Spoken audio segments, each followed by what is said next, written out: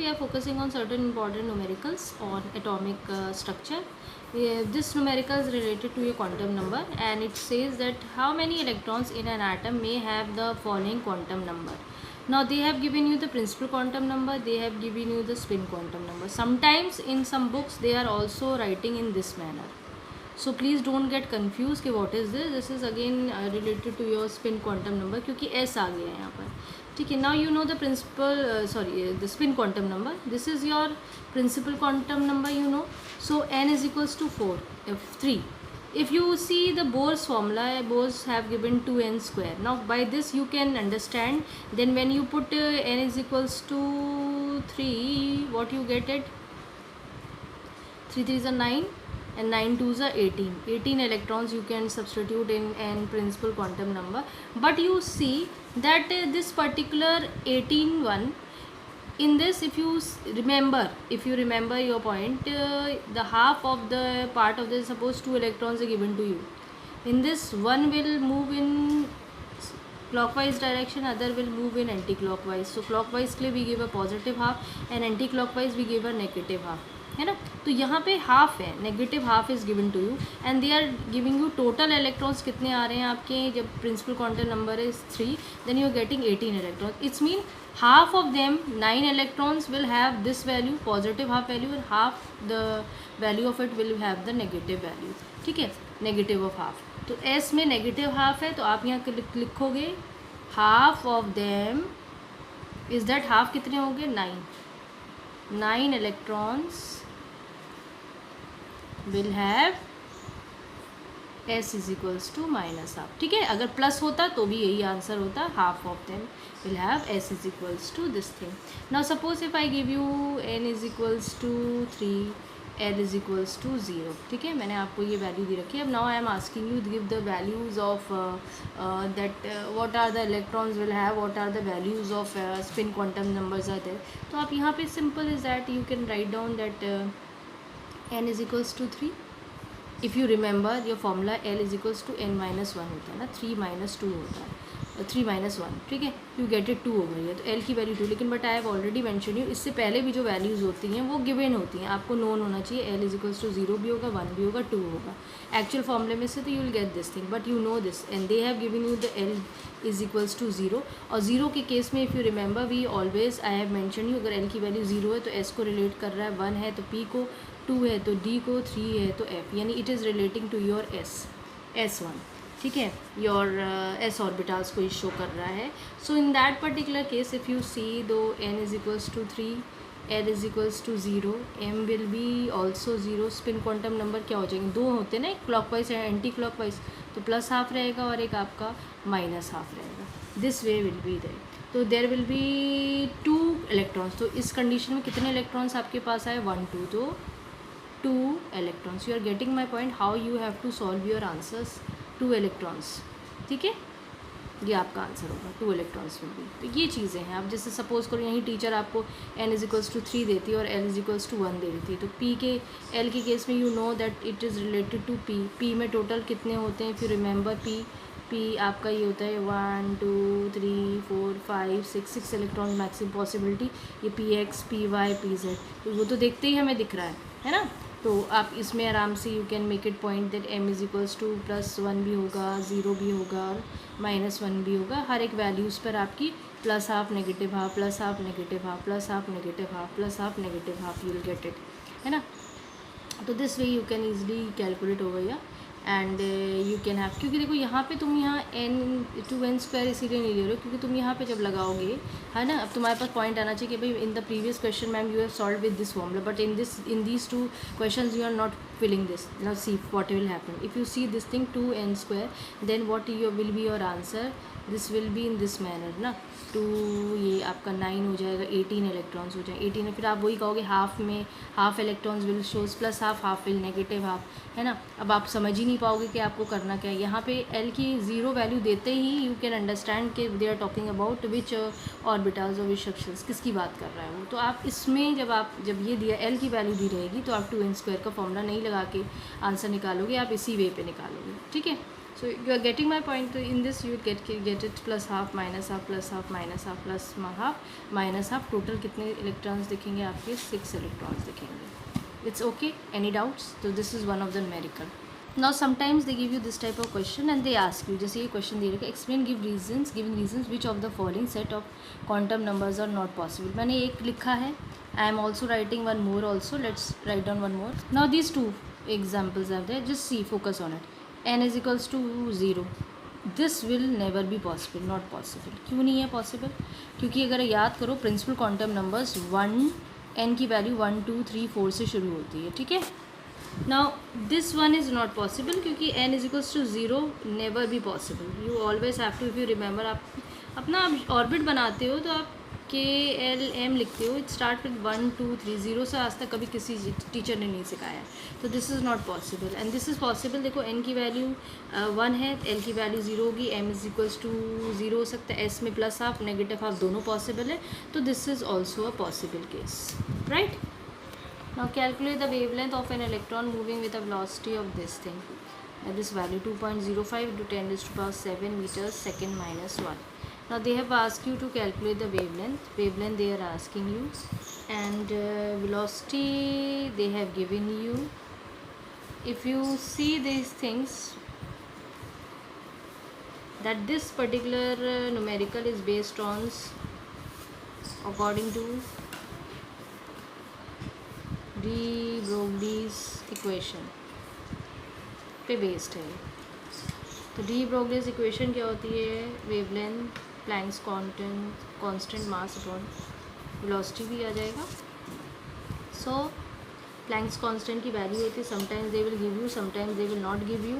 So you have to learn it from your home. Mass की value not sure कि they will give you for electrons क्योंकि they always ask to learn it. So please learn it by your own. Velocity value they have given you. So when you solve this thing, you have the calculators. That's why I'm not going कि भाई आप इसको ऊपर ले जाइए फिर इसको minus कर इसको ऊपर ले जाइए. Don't go for it. Simply use your calculator. You will get an answer and put it in meter. This will be your answer. This way you can easily calculate. Now one more question. Calculate the wavelength if the mass is been of electron. Now they have given you 9.1 into 10⁻⁻31 kg और kinetic energy भी given है. This value they have given. The point is that they have not given you velocities. अगर आप de Broglie's principal equation की formula देखें, lambda is equals to Planck's constant m upon mv. So v they have not given you. Now we'll focus on the kinetic energy. It is giving half mv square. यहाँ से we'll calculate the velocity. Now please depute the values of that is being given to you. और इस initially अगर आप चाहो तो आप है ना पहले velocity का फॉर्मूले से उसको relate up कर लो. kinetic energy है ना. अंडर रूट लिखना चाहो तो ठीक, नहीं लिखना चाहो तो ठीक, अगर इसको हाफ में लिखना चाहो तो ठीक. It's all depend on you what you are using. So now you can put the values 2 into kinetic energy की value that is given to you, half you have put, and over here you can put the value of the mass they have given you, no problems of it, so that you can write down. When you solve it with your calculator you'll get this answer. Now you can put according to de Broglie's equation. Please write down this line and put the formula also. अब दोबारा अब ये नहीं कि वहाँ m लगा दिया तो यहाँ m नहीं लगाएंगे, ये गलती मत करना. And put the values of these things of Planck's constant for the mass. अब यहाँ पे mass की value they have given you. ठीक है ना. तो put that and put this value.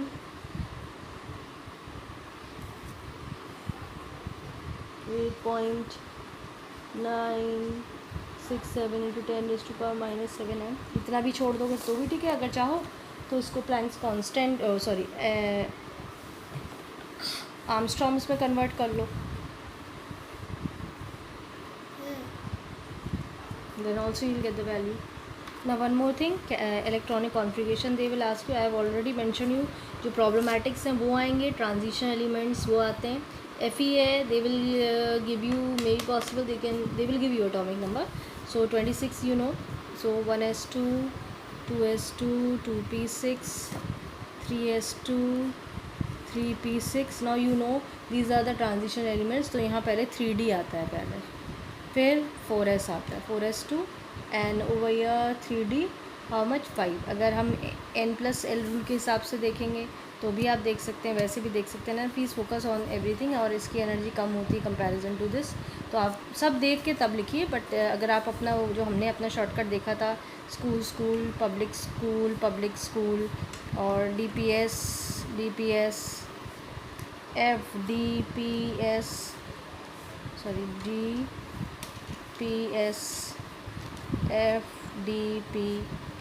है ना.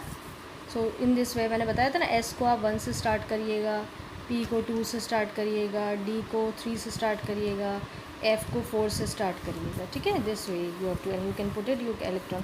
इस वे से अगर आप देखेंगे तो आपको 1s2, 2s2, 2p6, 3s2, 3p6, 4s2, 3d है ना, ये चीज़ आनी चाहिए.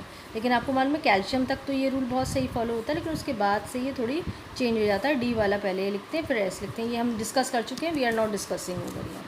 ठीक है, now let's come to the problematic ones. जैसे ये सही है. अब आपको याद होगा हमने क्रोमियम और कॉपर्स को देखा था. Chromium was 24. अगर इसको देखते हैं 1s2, 2s2, 2p6, 3s2, 3p6, अभी 3d छोड़ो, 4s2 अगर हम मानते हैं तो ये करीबन 10, 18, 19, 20, तो यहाँ 4 आएगा है ना. लेकिन एक्चुअल में होना चाहिए ये, लेकिन ये चीज़ नहीं होती है. If you remember, we are not focusing on this way, we are focusing कि one of the electron from 4s reaches to over here ना. इंटर आने के जो रिपल्शंस वाला केस होता है उसको लेके चलते थे, तो यहाँ से एक जंप हो जाता था क्योंकि ये हाफ फिल्ड हो जाता था. तो दोनों ही हाफ फिल्ड हो जाते थे, 4s भी और ये भी. तो now the electronic configuration was not like that, it was looking like this 3d5 and 4s1. ये भी हाफ फिल्ड हो गया, ये भी हाफ फिल्ड हो गया, तो एक्स्ट्रा स्टेबिलिटी आ गई ना इस इलेक्ट्रॉनिक कॉन्फ़िगरेशन कंपैरिजन ये वाला. तो ये इसको इस तरह से लिखना. तो ये भी एक क्वेश्चन आते हैं इलेक्ट्रॉनिक कॉन्फ़िगरेशंस के भी पूछे जाते हैं. ईजी वाला का कोई इशू नहीं है, लेकिन कॉम्प्लिकेटेड वाले ही पढ़ना है. Now see the question. The question says the wavelength of the radiation emitted when in a hydrogen atom electrons falls from infinity to stationary state 1 would be Rydberg's constant है ना. अब now you remember that point that it's talking about that thing wave टमक के case पे.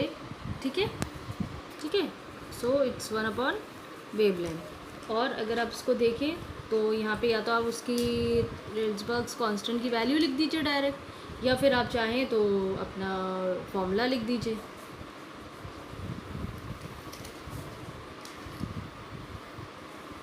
ठीक है, this is the formula.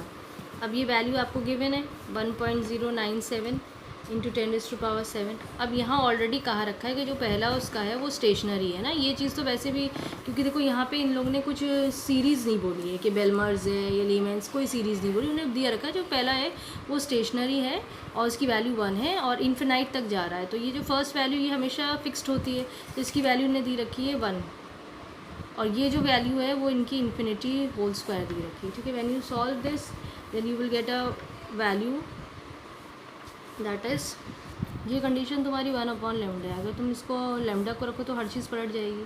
और now you will get this value. इसको solve कर लोगे तो ये 1.097 इंटू 10⁻⁷, और you will get this value about 9.11 into 10⁻⁻8 meters. ये तो तब वैल्यू थी ना इन लोग ने गिवन थी. कभी कभी ये लोग अपने आप ही बेलमर्स, और ये तो हमने अपनी वीडियो में भी आई गिवन यू तो न्यूमेरिकल जब बेलमर्स एलिमेंट सीरीज़ दी रखी है तो आपको क्या करना है. ठीक है, this thing we have already discuss.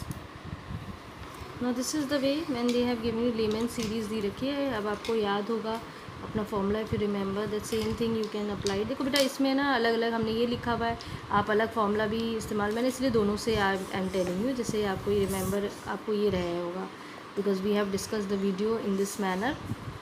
1n-2 1n2 whole square this thing centimeter -1.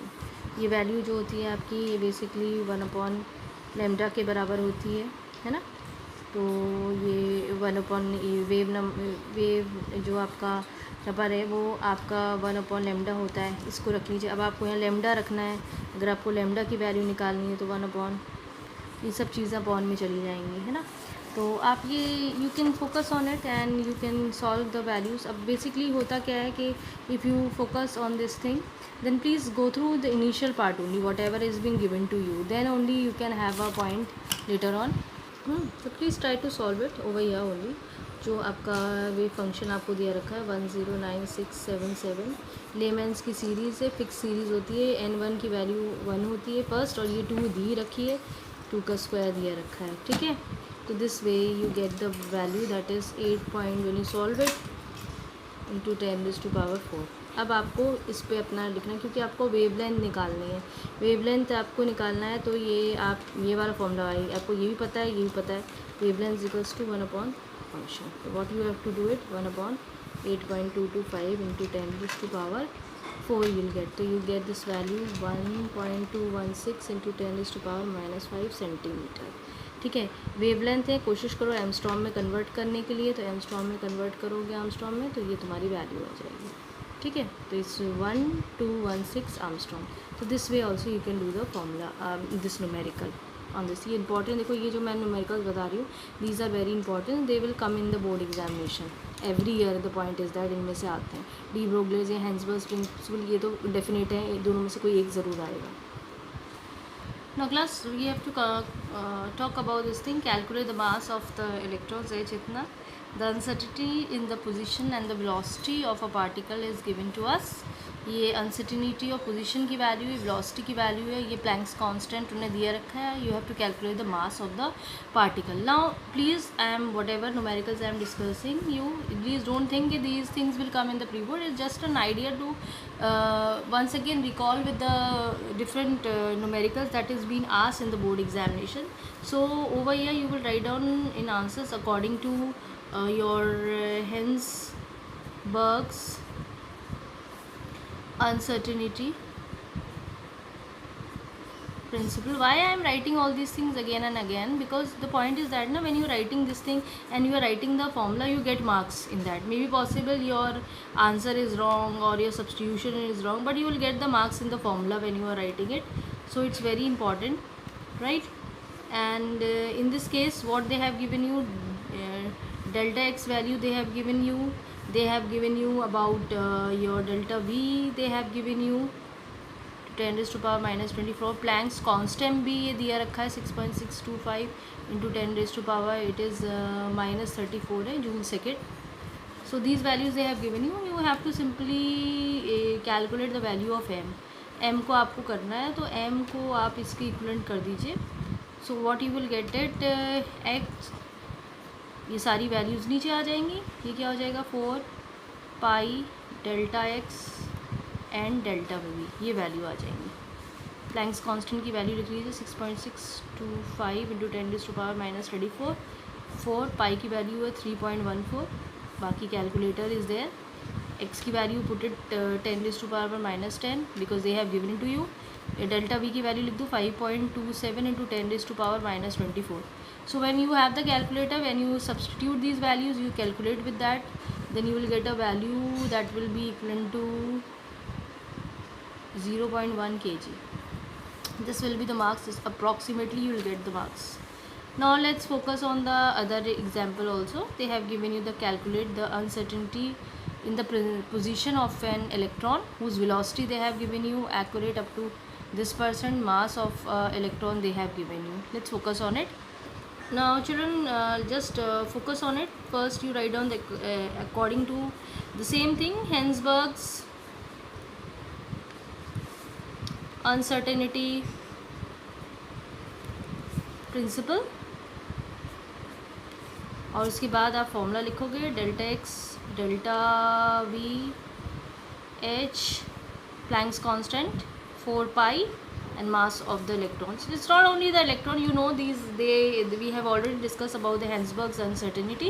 Mass हम तो electron कह रहे, they can give you any of the particle. Now they have given you certain conditions for that. So if you focus on it, let's focus on your question, back to it. They have given you the value of mass of electron. They have given you 9.1 into 10 raised to power minus 28 grams में दिया रखा है इन्होंने. Then you know the value of pi also, that is 3.14 होती है. Planck's constant इन्होंने नहीं दिया रखा है, but you know it 6.626 into 10 raise to power minus 27. चलो प्लैंक्स कांस्टेंट की भी वैल्यू हो गई है. Then you focus on the velocity part. So velocity delta v जो इन्होंने दिया रखा है 3.0 इंटू 10 रेज़ टू पावर 4, ठीक है, सेंटीमीटर पर सेकेंड या माइनस सेकेंड कुछ भी कह दो. But there are one thing, they have given you accurate up to 0.00%. ये चीज़ है, जो वेलोसिटी की वैल्यू है वो एग्जैक्टली वेलोसिटी की वैल्यू नहीं दी रखी है, उसकी एक्यूरेसी एक पॉइंट दी रखी है कि you have to, it's accuracy is about 0.001% accuracy. अब यानी इसको हमें ठीक करना होगा. मीन्स जो डेल्टा वी है वो 3.0 इंटू 10 रेज़ टू पावर 4 है और एक्यूरेसी उसकी करीबन दी रखी है 0.001 अपॉन 100. आप एक्यूरेसी करेंगे, कैलकुलेटर आपके पास है, you can put it and you will gate 0.30 और सेंटीमीटर पर सेकेंड या माइनस सेकेंड कुछ भी लिख दीजिए. ये अब आपके पास एक्चुअल वेलोसिटी की वैल्यू आई है और इसी को ही आप लेके अब चलेंगे. ठीक है. Now what is the point that is been missing. They are asking you delta X. Delta X is missing here. आपका फॉर्मूला है ही delta X, right. So delta X और ये सब आपकी वैल्यू दी रखी है. अब आपको अपनी एक्यूरेसी जनरेट करनी है. एक्यूरेसी आप जनरेट कर चुके हो, आपका फॉर्मूला चेंज हो जाएगा, 4 पाई हो जाएगा. एम तो ये दिया रखा है, डेल्टा वी को यहाँ ले जाइए, अपॉन 1 अपॉन डेल्टा वी लिख दीजिए, कोई इशू नहीं है. ठीक है. तो delta X greater than equal to Planck's constant की value 6.626 into 10 raise to power minus 27. 4 pi की वैल्यू हमने लिखी भी है 14. मास की वैल्यू आपको दी रखी है करीबन 9.1 into 10 raise to power minus 28 into, अब डेल्टा वी की तो आपने निकाली ली एक्यूरेसी इतनी 1/030. ठीक है. Now what the value we are getting delta x, ये वही ग्रेटर इक्वल टू, जब आप इसको कैलकुलेट करेंगे 1.9 सेंटीमीटर आपकी वैल्यू आ जाएगी. ये वैल्यू है आपकी जो आपसे पूछा गया अनसर्टेनिटी इन द पोजीशन की वैल्यू है जो आपकी आई है 1.9 centimeter. So please focus on these numericals. I have given to, there are plenty of numericals, you can focus on it. ठीक है. Now one more numerical. The electron energy in hydrogen atom is given by energy this thing. Calculate the energy required to remove an electrons completely from n by nth is equals to 2 orbit. What is the longest wavelength in centimeter of light that can be used to cause this transition? So this is the point where you have to focus on two things, because they are also asking you to calculate the energy required to remove electrons in the second orbit, and the next thing they are asking you the longest wavelength also. So 2 points. So first if you go your boards का हमने पढ़ा था तो उसमें formulas थे -2 point, ये आपकी values जो दी रखी हैं आपको एनर्जी की, ये nth है और ये एनर्जी आपको गिवन है of an electron. Energy of the electron upon आपका n जो शेल होता है उससे रिलेट होता है. ठीक है. ठीक है. एक्चुअली फॉर्मूला हम लोग ये यूज़ करते हैं, लेकिन क्योंकि एनर्जी जो दी रखी है वो हमें एनर्जी पर्टिकुलर हमें दी रखी है nth के लिए, वो ये दी रखी है, तो will not use this values, we'll put this value, है ना. और अर्ज में भी दिया रखा है, तो we will not go for some other things, we'll focus on it. तो आपको जो वैल्यू पूरी is equals to bye n² ये दिया रखा है इन्होंने. ठीक है. तो ये आपको एग्जैक्टली सेम ये जो यही वैल्यू आपको उतार देनी है 21.7 into 10 raise to power 12 -12 upon n². ये दिया रखा है उन्होंने अपने आप ही कि electron energy in the hydrogen atom is given by this thing, और अर्ज में दिया रखा है और आपने ये देखा होगा. ठीक है. तो ये दी रखी है आपको वैल्यू. अब पॉइंट क्या है, ये n की वैल्यू ने दिया रखा है, सेकेंड ऑर्बिट है.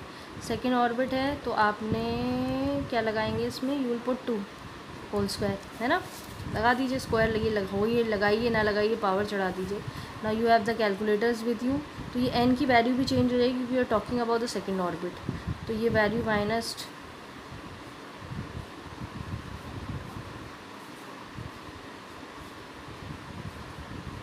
This thing will get the answer. अब यही कंडीशन अगर बाई चांस आप इन्फिनिटी पे लेके चलें, क्योंकि देखो आपको एनर्जी भी निकालनी है और आगे देखना है। अगर आप इन्हें इसको इन्फिनिटी के टर्म्स में भी देखिए तो इन्फिनिटी के टर्म्स में आपके पास, क्योंकि आप हमेशा कंपैरिजन करते हैं ना energy required to remove the electron, तो इन्फिनिटी में आप देखेंगे तो ये सारी चीज़ें जो है सेम रहेगा कंडीशन, और it will be go for infinity. तो इन्फिनिटी के लिए कितनी वैल्यू आ गई, 0 आ गई। अब आपने क्या करना है, क्योंकि आपको एनर्जी जो है, energy required to remove an electrons from n orbit, जो आपको 2 दिया रखा है, तो डेल्टा ई क्या हो जाएगा, ई इन्फिनिटी माइनस E2। तो इन्फिनिटी की वैल्यू तो आपने 0 निकाली है, और ये कितना है आपका, नेगेटिव में वैल्यू आपने निकाली 5.425 इंटू 10⁻⁻12। तो ये तुम्हारी कितनी आ जाएगी, पॉजिटिव में वैल्यू आ जाएगी 425 इंटू 10⁻⁻12 वर्ड्स। ठीक। अब now they are asking you the wavelength मांगी है उन्होंने, तो ये चीज़ आपको याद होगा। ठीक है, इसको और इलेबरेट करो, प्लैंक्स कांस्टेंट टू दिस, ये चेंज कर दीजिए आप, आपको वेवलेंथ मिल जाएगा। बस आप वेवलेंथ की वैल्यू पुट कर दीजिए। वेवलेंथ की क्या निकली, ये हो गया hc डिवाइडेड बाई ई। बस ये वैल्यू सब्सटीट्यूट कर दीजिए जितनी आपको दी रखी है।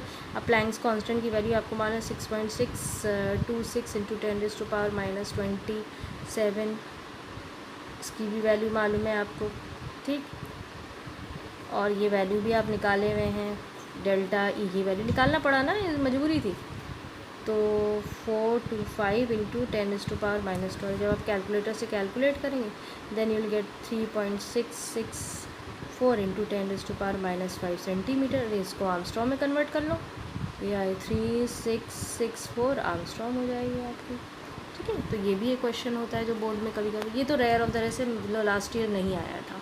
लास्ट ईयर्स आपका मुझे लगता है डी ब्रोगलेस से पूछा गया था, और क्वांटम नंबर से भी नहीं आया। तो डी ब्रोगलेस, हैंसबर्ग्स प्रिंसिपल और क्वांटम, ये तो पेटेंट क्वेश्चंस है, तो इनमें से तो आता ही आता है। बट ये थोड़ा सा टफ हो जाते हैं, तो rare of the rare case होता है कि they ask you in these types of questions. देखो प्लीज़ सी दीज न्यूमेरिकल्स, ये चारों पॉइंट पे तो तुम्हें करना ही करना है बेसिकली। देखो तुम्हारी बुक में ये भी है, बोर्ड्स के टर्म्स में दिया रखा है, रेडियस है, वेलोसिटी है, ठीक है, एनर्जी ऑफ ऑर्बिट्स है।